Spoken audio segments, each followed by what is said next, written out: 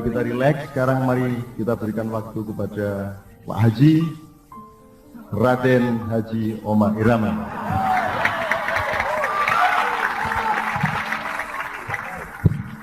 Assalamualaikum warahmatullahi wabarakatuh.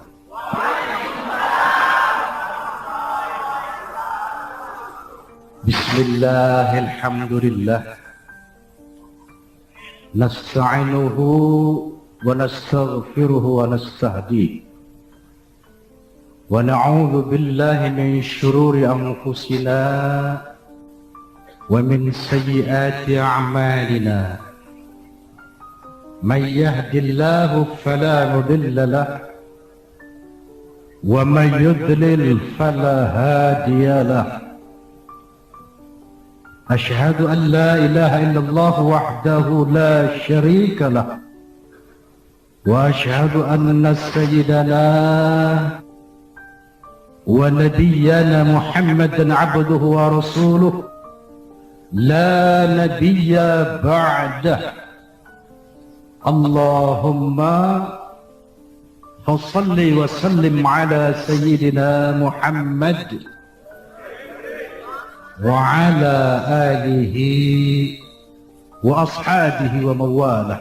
Amma ba'd. Yang saya cintai dan yang saya banggakan, akhi fillah Cak MH Ainun Najib, al-mukarramun, para alim ulama, wabil khusus para habaib yang pada malam hari ini banyak hadir di antara kita.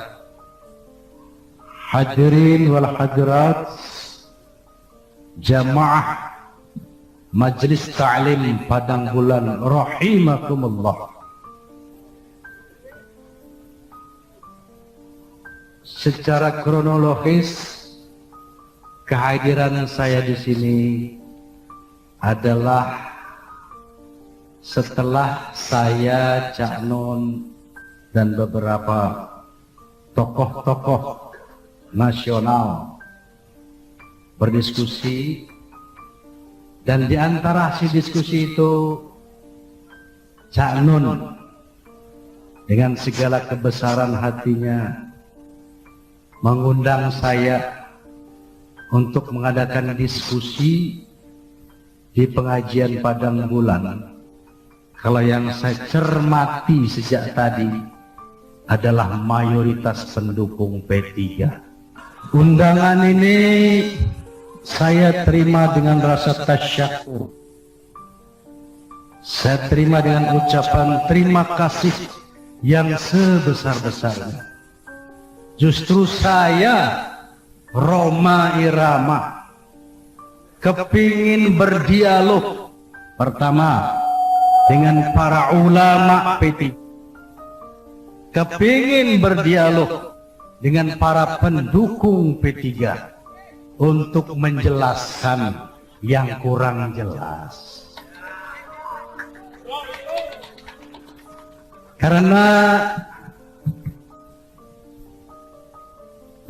ada berita yang memang sangat mengejutkan. Jangankan sampean, paman-pamannya Roma Irama,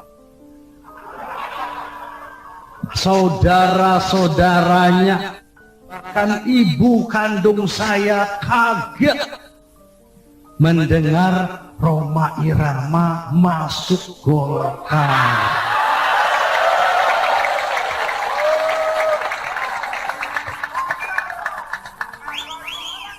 Ibu saya sendiri terkejut. Beliau panggil saya didudukkan, ono angin opo kowe kok mlebu ning Golkar.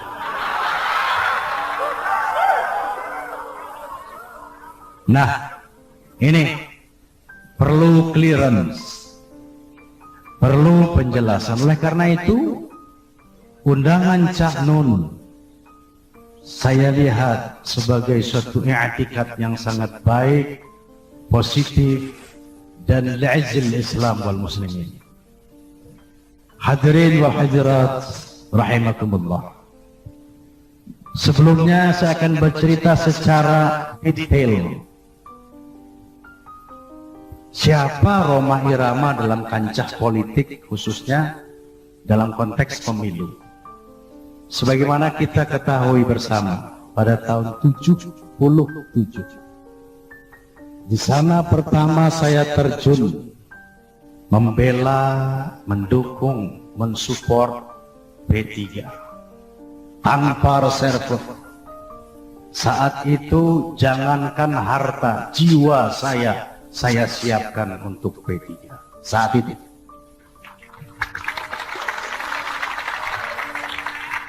Kenapa demikian? Setiap saya pamit keluar mau kampanye, saya cium tangan ibu saya, "Mah, doakan supaya saya syahid, bukan minta selamat." Demikian pada saat itu. Ya. Kenapa? Sebab di sana ada azas Islam. Dulu ya ada 3 kontestan, P3, Golkar, dan PDI sama dengan saya. PDI azasnya demokrasi, Golkar azasnya Pancasila, P3 azasnya Islam. Nah, secara akidah, secara moral, buat saya fardu ain ala kulli muslim bela P3 saat itu.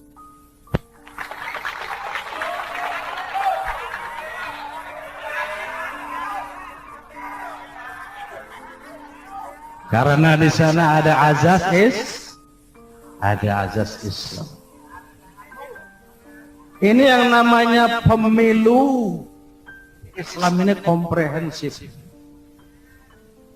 Allah Ta'ala wahyu yang terakhir, al-yawma akmaltu lakum dinakum. Hari ini aku sempurnakan agamamu. Ma faratna fil kitab min syai'. Enggak ada yang aku lupakan sesuatu dalam Al-Quran. Wa nazzalna 'alaikal kitaba tibyana likulli syai'. Aku turunkan kepadamu ya Muhammad satu kitab yang menjelaskan segala macam hal. Lengkap sudah dalam Al-Quran. Termasuk pemilu. Pemilu itu memilih pemimpin. La yattakhidul mu'minina al-kafirina awliya'a min dunil mu'minin. Ini ayatnya. Jangan kamu mengangkat seorang kafir sebagai pemimpin di antara umat Islam. Oleh karena itu, saya membela Islam. Nah, pada tahun 84 terjadi konsensus nasional bahwa secara nasional kita sepakat tidak ada azas Islam, tidak ada azas demokrasi, kita satu azas, semuanya azas tunggal Pancasila. P3 yo Pancasila, PDI ya Pancasila, Golkar ya Pancasila, dan sejak saat itu saya cabut dari P3.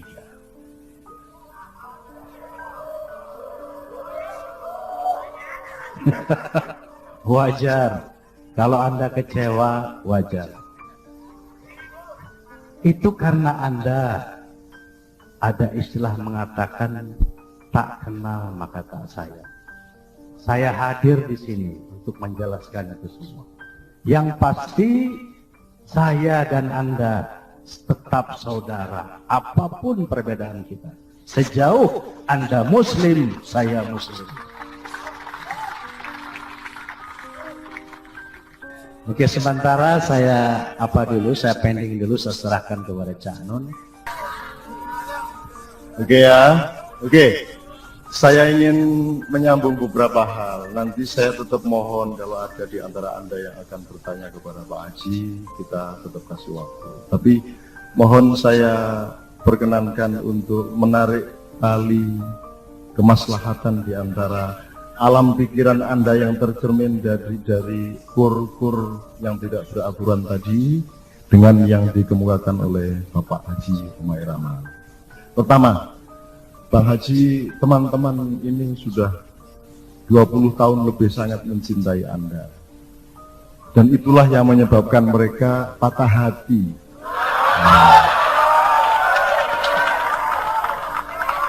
Oke. Jadi saya tidak menjawel beliau ini untuk datang ke Padang Bulan dalam konteks politik. Saya hanya akan mempertemukan orang yang patah hati dengan orang yang membikinnya patah hati.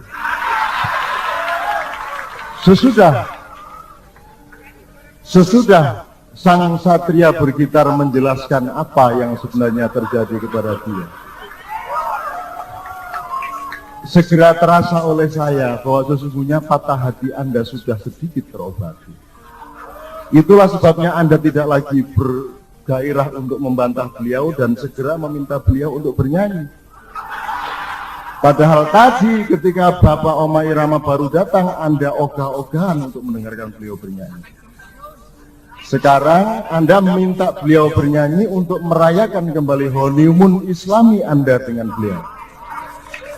Ngaku tagak. Jadi mari kita ambil beberapa buah pikiran yang simpel-simpel saja. Kalau Anda di PPP, mantaplah dengan PPP dan kukuhkan tubuh kaki PPP, cerdaskan PPP untuk Islam.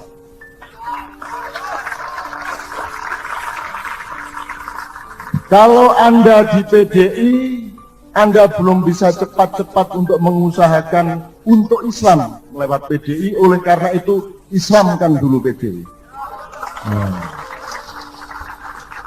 Golkar, sudah ada perubahan-perubahan yang Anda belum tahu karena koran tidak akan mungkin memuatnya. Bagaimana kalau beliau masuk ke Golkar justru untuk melakukan islah-islah? Bagaimana kalau beliau masuk Golkar justru untuk melakukan islamisasi perilaku orang-orang Golkar? Bagaimana kalau saudara Rhoma Irama masuk Golkar supaya ada yang mengajari ketua umum Golkar baca Al-Fatihah?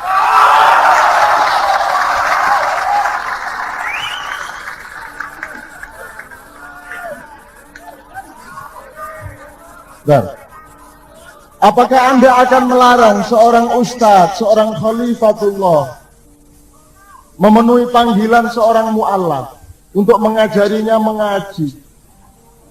Apakah Anda menolaknya? Sedangkan Allah sendiri selalu merindukan hamba-hambanya untuk selalu menyebut-nyebut namanya. Nah, akan saya terangkan sampai ke soal itu. Kata Pak Haji tadi, jangan suka marah.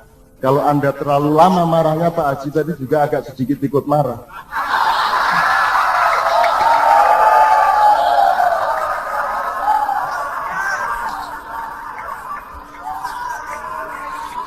Pak Haji agak lupa sedikit, ini Jombang Pak Haji.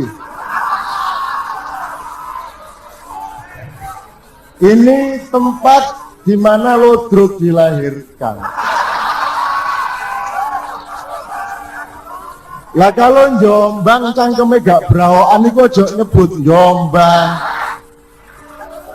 Ya mesti ae wong jenenge Jombang. Itulah sebabnya maka Jombang akan merupakan satu jamaah yang akan memimpin pembebasan Indonesia. Amin ya rabbal alamin. Kalau sekarang Gus Dur mendekat kepada Mbak Tutut, sudah saraf halaman rangkulan dengan Abu Hasan dan makan makanan Ibu Abu Hasan. Apakah Anda akan mengecam beliau juga sebagaimana Anda mengecam beliau masuk Golkar? Biarkan mereka mau naik pohon kelapa, mau masuk sungai, mau melebu lenge yuyu. Asalkan yang dia lakukan di dalamnya adalah li'la'i kalimatillah.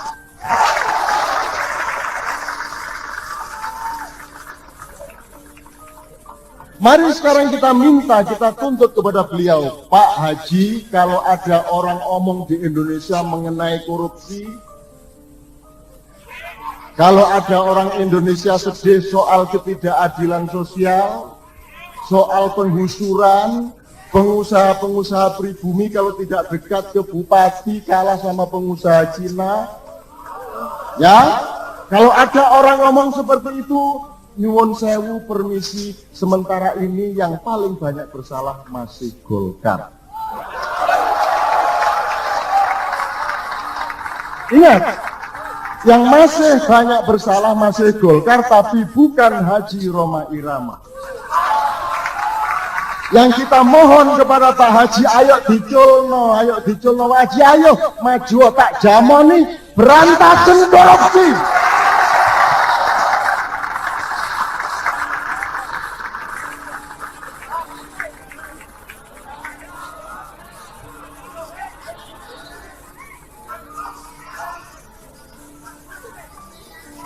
Itulah tugas beliau di sana. Kalau beliau tidak memberantas itu semua, kalau beliau tidak nahi mungkar di dalam tubuh Golkar, baru angkat celurit.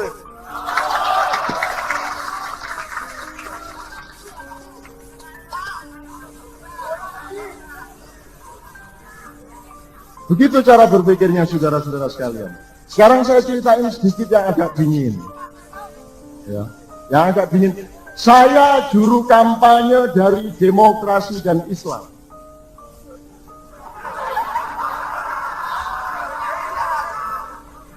Kalau P3 membantu islamisasi, akhlakul karimah tak dukung. Kalau Golkar menyelenggarakan islamisasi dan akhlakul karimah, saya dukung. Nah, apa-apa tak.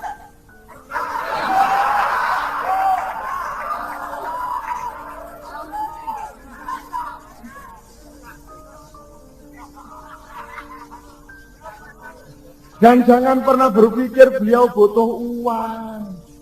Opo Pak Haji Rhoma Irama itu tidak butuh uang. Duwe akeh, bojone ayu. So jangan menghabiskan energi Anda untuk fitnah-fitnah mengenai materi dan beliau. Tidak butuh uang. Beliau ini dicekal televisi, sekian lama kasetnya laku keras. Gak butuh duit. Nek bojo mungkin butuh tambah.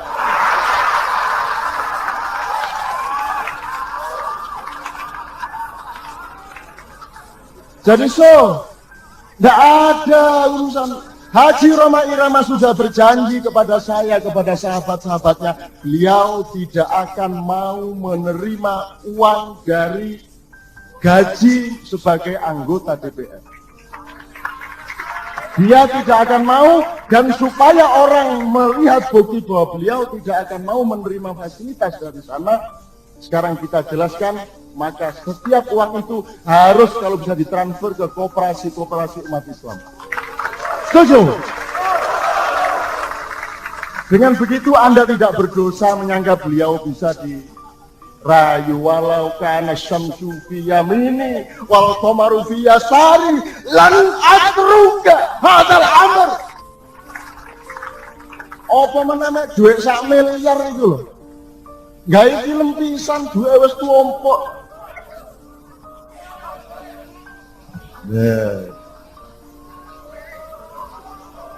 Yes ya. Ayo sing mburi meneng tarek. Salah aku. Iku sing gare sandal ilang terus iku ya iku. Oke, gitu. Sekarang saya ceritakan sedikit yang agak dingin. Jadi sudah jelas sekarang komitmennya. Tidak apa-apa. Pak Tajus tidak setuju beliau masuk Golkar. Bukan soal politik. Tapi karena Pak Tajus, loh, Haji Rhoma Irama itu orang besar. Figur nasional. Eman kalau masuk Golkar. Itu maksudnya Pak Tajus. Tapi apa kata Pak Haji Rhoma Irama? Loh, yang besar cuma Allah. Aku bukan apa-apa. Aku tidak membela kebesaranku.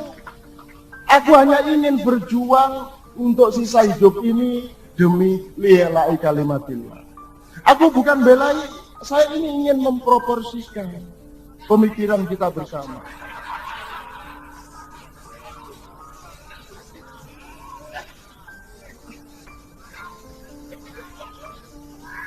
Saya harus adil.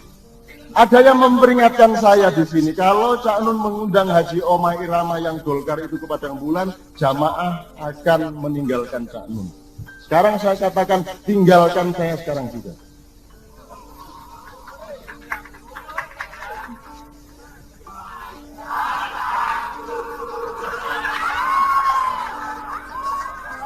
Nah, ojo ngunu tare, ojo puri-purian ngunu.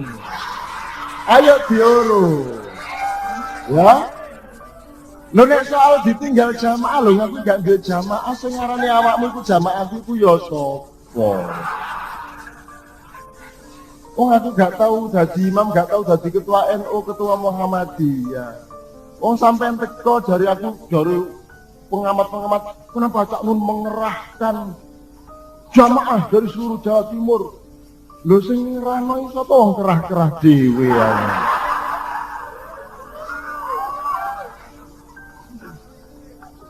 Sekarang saya ceritain agak lebih sedikit, saudara-saudara sekalian, Anda jangan berpikir terlalu lokal, jangan berpikir hanya Golkar, jangan berpikir hanya P3, jangan berpikir hanya PDI, bahkan jangan berpikir hanya Indonesia. Anda harus berpikir dunia. Ada 4 kekuatan yang tidak menginginkan Islam bangkit, terutama di Indonesia. Indonesia adalah negara dengan jumlah umat Islam terbesar di dunia, dan kalau ekonominya bangkit, wirah Islamnya bangkit, akan merupakan ancaman bagi 4 kekuatan dunia yang kemarin ikut membuat kerusuhan-kerusuhan itu. Diam dulu, saya ceritain. Kekuatan yang pertama adalah kekuatan organisasi besar yang berpusat di Vatikan.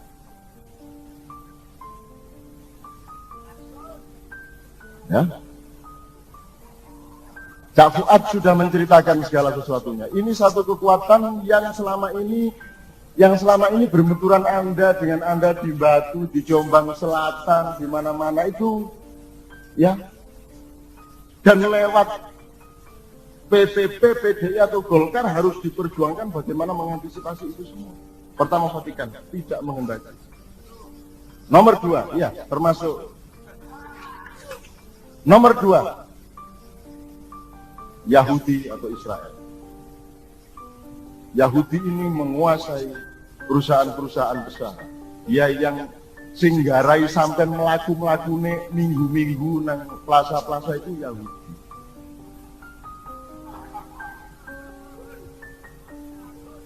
Janjane sing gerakno awakmu iku mang. Ya. Mereka menguasai media massa di seluruh dunia, CNN, Newsweek, Time, semua dikuasai oleh Yahudi Israel, dan mereka yang menciptakan alam pikiran dan cara berpikir yang selalu menyudutkan Islam. Dan koran-koran di Indonesia sudah sangat kerasukan alam berpikir semacam itu. Kalau sampai Islam bangkit di Indonesia, kalau sampai Islam menjadi kekuatan besar tahun 2001 ke atas, ekonominya akan mengancam Pasifik ke utara, mengancam negara-negara utara, dan Islamnya bangkit dengan simbol-simbol Islam yang terang-terangan, maka mereka akan punya kekuatan internasional, punya kekuatan di Badan Keamanan PBB. Dengan demikian nasib Israel akan terancam dalam peperangannya melawan Palestina. Oleh karena itu, Israel sangat berkepentingan untuk selalu menghalangi pertumbuhan Islam di Indonesia. 2. Yang nomor 3, overseas Chinese. Overseas itu perantauan, Chinese itu apa rek? Coron dingu. Mereka ini tidak punya overseas Chinese, ini Cina-Cina perantauan. Saya tidak anti Cina, saya tidak anti Che semua bito, saya tidak anti Tong semua bito, saya tidak anti siapa-siapa. Yang saya maksud ini overseas Chinese kelas atas yang tidak punya negara secara resmi, tapi mereka menguasai putaran uang. Dan Anda itu ngelangi di putrane duit sing dikendalikan oleh overseas Chinese ini. Itu tidak menghendaki Islam bangkit. Wong Islam itu agama sing ngongkon wonge hemat, ngongkon milih nek tuku iku pilihin di sing perlu temen gak oleh mubazir. Nggih. Lah nek wong Islam mikir mubazir lak mboten ten Delta Plaza, mboten ten Surabaya Plaza nek mikir mubazir. Wong saiki sing didol niku barang mubazir kabeh ngono. Jadi mereka tidak menginginkan secara kultur untuk bangkitnya Islam. Yang nomor 4 kekuatan itu adalah Amerika Serikat. Maka mereka bertemu dalam satu kepentingan bahwa menjelang pergantian, menjelang pemilu ini harus ada upaya untuk membuat jenenge wong Islam itu dielek-elek, mendiskreditkan citra Islam. Caranya gimana? Wong Islam diobong-obongi, disele tangane, digawe ngobong-ngobong, digawe ngerusak-ngerusak. Dengan demikian citra Islam akan buruk di mata internasional, dan Amerika dan kekuatan-kekuatan empat tadi itu punya alasan untuk tidak lagi memberikan kekuasaan pemerintah Indonesia kepada Islam. Makanya sekarang jangan berpikir anti P3 atau anti PJI atau anti Golkar. Yang ada itu Islamkan. Itu cara berpikirnya. Golkar Islamkan. Sampai enggak tahu teman-teman Golkar dan P3 dan PJI di Surabaya itu kompak. Terus kon liwat kono rek kok saduk rono, aku liwat kene tak saduk runu ngono lho. Carane mikire iki peteng-tengan itu. Masyaallah arek-arek. Cara berpikirnya seperti itu. Nah, bahwa nanti ada persaingan, waduh rek iki caleg nomor sepatu, nomor sepiwel iki kok gak iso. Nah, itu oke, tapi jangan dinomor satukan. Kalau kita memang harus berjuang sebagai anggota parlemen, ya tidak apa-apa, alhamdulillah. Tapi kalau terpaksanya kita tidak termasuk, ya kita berjuang untuk Islam di bidang lain. Lagi kon iki nyembah kursi, tak nyembah Islam, tak nyembah Allah. Oh ternyata kiblate kursi. Sing diudak kursi itu nek terdaftar di nomor yang tidak tentu jadi mengundurkan diri. Soalnya sini diisi ponakane Wak Iko, mantune Wak Iki. Sak piturute. Nah, jadi ini yang pertama yang saya kemukakan sehubungan dengan Pak Haji Omai Rama, dan kita akan berdialog. Terakhir ada satu hal lagi. Kita ini umat Islam sedang berada di antara dua persoalan besar yang kita bisa bingung di tengah-tengah. Cara berpikir yang kedua dulu yang saya omongkan adalah, apakah sekarang ini kita akan berpikir Golkar, PPP, dan PDI, ataukah kita berpikir Islam dan bukan Islam? Mana yang nomor satu? So, nah apa kon gelut perkara batok karo piring iki lho. Sing situ nggo warit, situ nggo bendo, sing bendo ngarani bendo sing mlebu swarga, celurit gak mlebu swarga. Nah, mari kita berpikir ini. Tapi ada cara berpikir yang pertama, yang itu harus kita hati-hati, dan itu yang membuat Anda berteriak-teriak kepada Pak Adi tadi. Yaitu satu cara berpikir keadilan, kebenaran, kebaikan yang tidak memperdulikan subjeknya siapa dan warnanya apa. Pokoknya nek korupsi salah. Tidak peduli dia Muslim atau Kristen atau Buddha, yang korupsi salah. Ini cara berpikir pertama. Ya, yang manipulasi salah, yang menginjak-injak rakyat salah, apapun agamanya. Di sini kita berpikir kalau ada supir truk beragama Islam nabrak orang Kristen naik motor, yang salah ya tetap truknya. Apa ditakoni sih? Kok napa kamu? Oh, Islam apa sih? NO apa sih? NO Gus Dur tak buasa. Gak sih nolong salah kejat areke. Nah, ini cara berpikir struktural namanya. Ini yang berlaku pada teman-teman mahasiswa. Pokoknya sing elek diberantas, siapapun dia. Kan begitu. Itu cara berpikir universitas. Nah, sekarang kita harus menentukan ini untuk 5 tahun. Mulai sekarang ini kita harus menentukan yang kita nomor satukan ini, yang pertama atau yang kedua. Kalau yang pertama siapapun salah kita sekat. Yang kedua, untuk saiki Islam sedang dalam bahaya. Mari kita pilih dulu teman-teman jual belinya sesama Islam dulu. Ini direktur-direktur ini kalau menerima pegawai, ada orang beragama non-Islam nilainya 9, ada lainnya agama Islam nilainya 8,5, yang dipilih yang 8,5. Karena apa? Karena ini juga satu infrastruktur perjuangan jangka panjang bagi umat Islam. Kalau kita sekarang memilih yang pertama, siapa saja kita sikat, bapakmu dewe kudu antemi, pamanmu dewe kudu antemi. Itu akan kita perbaiki pada episode kedua. Episode pertama, selamatkan dulu umatmu ini, selamatkan dulu. Dan ini loh pertengkaran antara, perbedaan pendapat antara Gus Dur dengan Habibie Pak Amin Rais itu di sini. Kalau Gus Dur lebih pada yang pertama, yang lain lebih pada yang kedua. Nah sampai milih sini.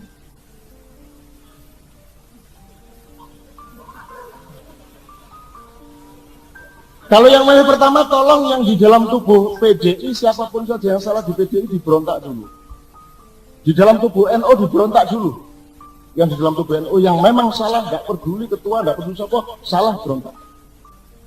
Muhammadiyah yang ngono, nggak peduli siapa, pokoknya Muhammadiyah nggak salah berontak. Nah, nggak berani kan? Lah yang kan doa mamu dewe gak wani lawan kan metu nanggone Pak Lurah. Nah, jadi tolong ini menjadi PR kita semua. Mari kita berpikir jernih dan matang di antara kedua ini dilema kita. Kalau kita pilih yang pertama, ya, itu kita akan perang melawan teman-teman kita sendiri, saudara-saudara kita sendiri untuk beberapa tahun ini. Tapi kita berjanji bahwa yang pertama ini akan tetap merupakan ujung perjuangan kita. Pokoknya korupsi tidak boleh, pokoknya manipulasi tidak boleh, pokoknya kolusi tidak boleh, pokoknya yang korup harus dihukum. Itu tetap merupakan perjuangan kita, dan itu yang kita amanatkan kepada teman-teman Islam yang sekarang sudah diberi posisi-posisi. Gampangannya begini, Pak Habibie, kamu sudah menaruh direktur-direktur tertentu di perusahaan di Batam, padahal mereka kalah profesional dibanding teman-temannya yang Kristen. Tidak apa-apa, sekarang kita ngalah yang jadi direktur orang Islam, meskipun mungkin kalah canggih dibanding teman-teman yang Kristen. Tapi saya minta janji, mulai 3-4 tahun yang akan datang, kami tidak memaafkan lagi soal ini. Kamu harus menanggung amanat bahwa kamu harus betul-betul menyangga amanat untuk menentang segala yang salah, siapapun itu.